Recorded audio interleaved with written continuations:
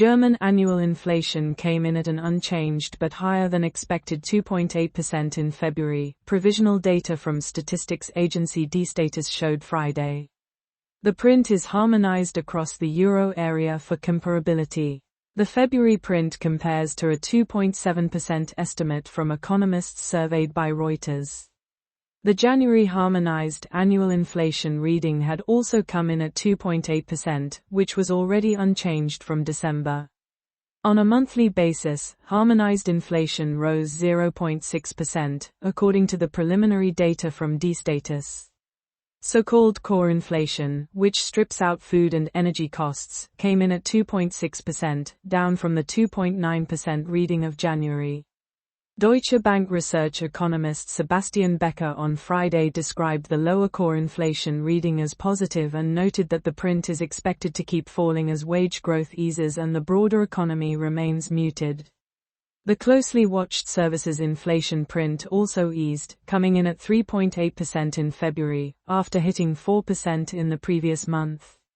Despite the decline, the services reading was a drop of bitterness in the Friday data, as the fall was smaller than anticipated, Becker said according to a CNBC translation. German inflation had fallen below the 2% European Central Bank target in September last year, but re-accelerated after and has remained above the crucial mark for 5 months in a row now. The German data arrives ahead of the Consumer Price Index print for the Eurozone on Monday and the latest ECB decision later next week. The central bank in January cut interest rates for the 5th time since starting to ease monetary policy last summer, and markets are widely pricing in another trim on Thursday.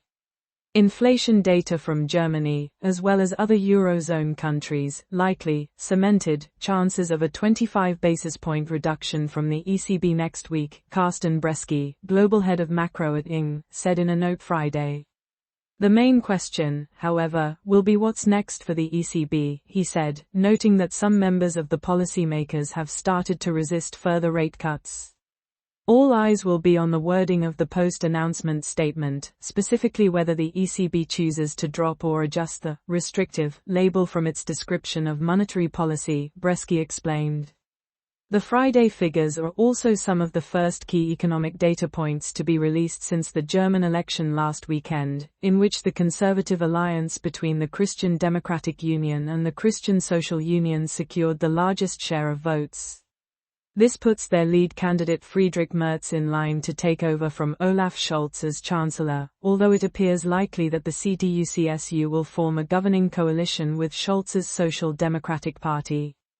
Economics was a hot topic during campaigning, with Merz suggesting that his policy plans, including income and corporate tax cuts, less bureaucracy, changes to social benefits and deregulation, would give the country's economy a needed boost. Germany's gross domestic product has long been hovering around recession territory, and shrank 0.2% after price, seasonal and calendar adjustments in the last quarter of 2024 from the previous 3 months, according to D-Status.